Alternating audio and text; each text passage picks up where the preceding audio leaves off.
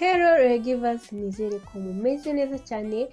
Uyu munsi tugiye kuganira ku buryo bwiza wakambaramo cotex cyangwa se sanitary pads ukaba wizeye neza ko utari buze kwiyanduza cyangwa se ngo wicare ufite izindi mpungenge ko uri buze guseba mu bantu. Oya, ntabwo ari ngombwa rwose. Uyu munsi tugiye kuganira ku buryo bwiza, ku buryo noneho uzajya wumva uri confident nta kibazo cy'uko uri buze kwiyanduza. Mbere yuko dutangira ndagusabye kora subscribe wowe utarayikora, kandi nawe wayikoze ndagushimiye cyane. Nuza gukunda iyi video ntugende utakoze like, kandi nanone uramuka utayikunze ukore unlike. Niba ufite icyifuzo cyangwa se igitekerezo gisige muri comment, kandi nanone niba ubona ari ingirakamaro iyi video uyisangize inshuti zawe.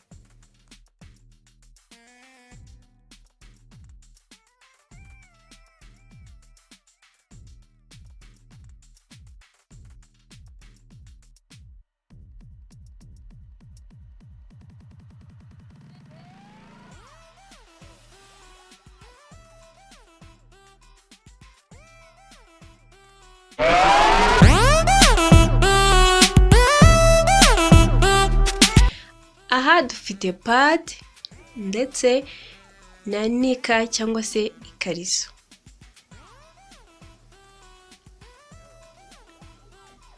Noneho rero ikintu uri bukore, uri bufate agapaki ka pad ukuremo agapisi kamwe ugiye gukoresha.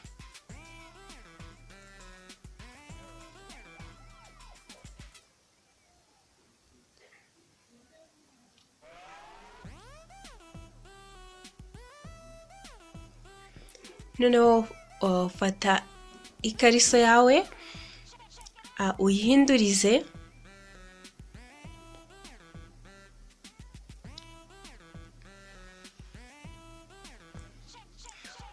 urebe hano hagati mu maguru neza, aho nakita nko muri middle point. Noneho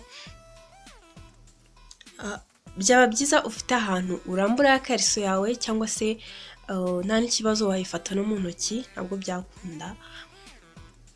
Noneho ibyo nibirangira urasa nkaho ukoze agafomu ka square mu ikariso yawe, hahandi hagati hajya hagati mu maguru.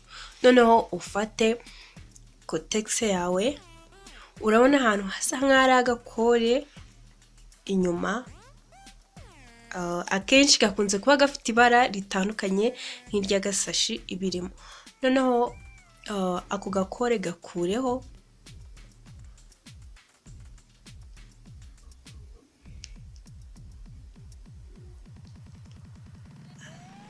ibyo nibirangira urabona ifungutse. Hari utundi dukore two hagati natwo nkuko murimo kubibona, natwo ugiye kudukuraho. Dukuraho ibyo nibirangira, n'ikore ya hano inyuma ari nayo igufasha kwatacinga neza pad yawe muri nika yawe, urayikuraho. Noneho numara kuyikuraho urahita ubona ahantu hasigaye hari kore, niho hari bugufashe gufatisha neza ya pad yawe muri nika cyangwa se mu ikariso.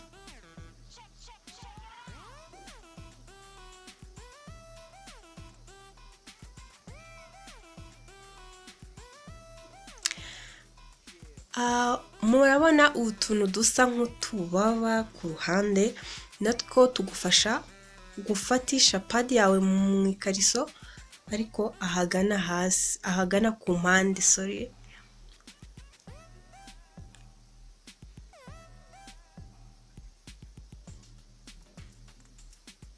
Noneho tangira uyifatishaho neza.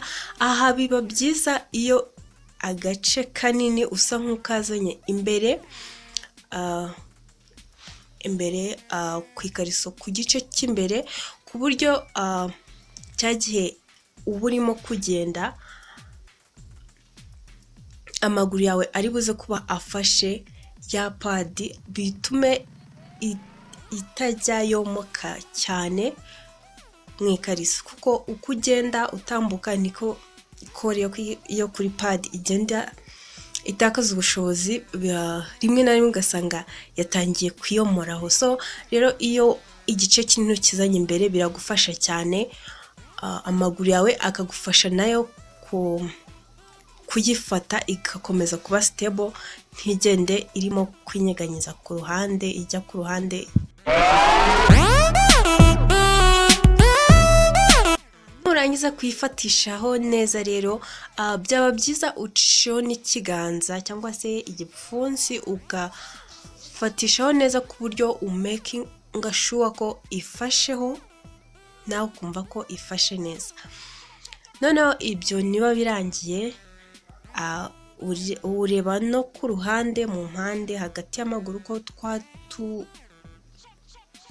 pisi tubiri dusa nk'utubaba natwo ukadufatishaho ku ikariso neza. Noneho icyo gihe uba ubirangije, uba wakambara ikariso yawe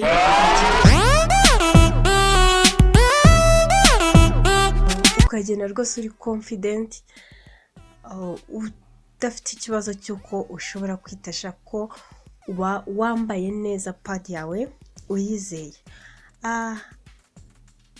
Gusa nanone niba padi yawe utayizeye, ushobora kuba wafatishaho agakore hari imbere kugira ngo ikomeze gufata, ntibe yagutenguha, ko hari igihe bitewe n'ubwoko bwa padi ukoresha hari igihe kore iba idahagije. So ushobora kuba rero wakongeraho akawe kari extra ukagashyiraho hari imbere, kakaba kagufasha.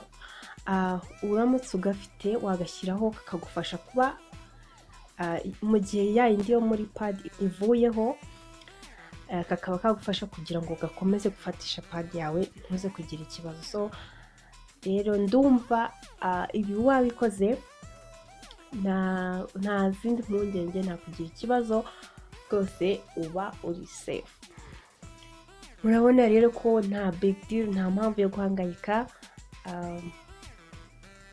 mu gihe wizeye neza ko wambaye padi yawe neza. So nizere ko mwabibonye, ibintu ni amahoro rwose, nta mpamvu yo kuzengerezwa cyangwa se yo kumva ufite insecurities ko ibintu biri buze kugenda nabi. Oya, nta kibazo rwose,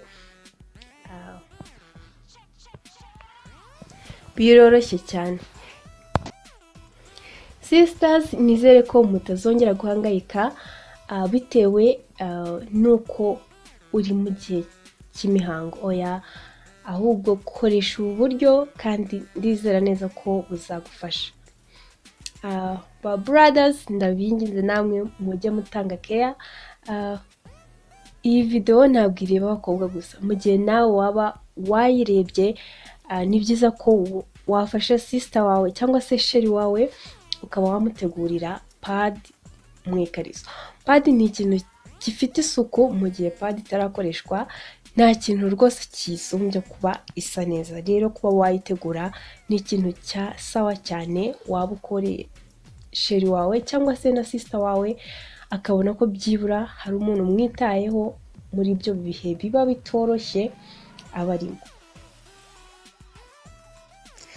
Noneho rero reka turebe, nyuma yo gukoresha ya padi urafata ka gasashi wayikuyemo, cyangwa se niba utagafite urayikuramo uyizinge neza, noneho uyishyire muri papier hygienique cyangwa se no mu kandi kantu kagufasha, noneho uyishyire mu kimotezi cyabugenewe, cyangwa se nanone muri toilette iramutse ari toilette itari yo guflashinga amazi, kuko padi zirayizibya. So rero niba ufite toilette isanzwe y'umwobo nayo wayijugunyamo, kuko uriya ni umwanda uba utari sawa cyane ko uwushyira ahantu abantu bari buze kubona. So ni icyo ngicyo rero,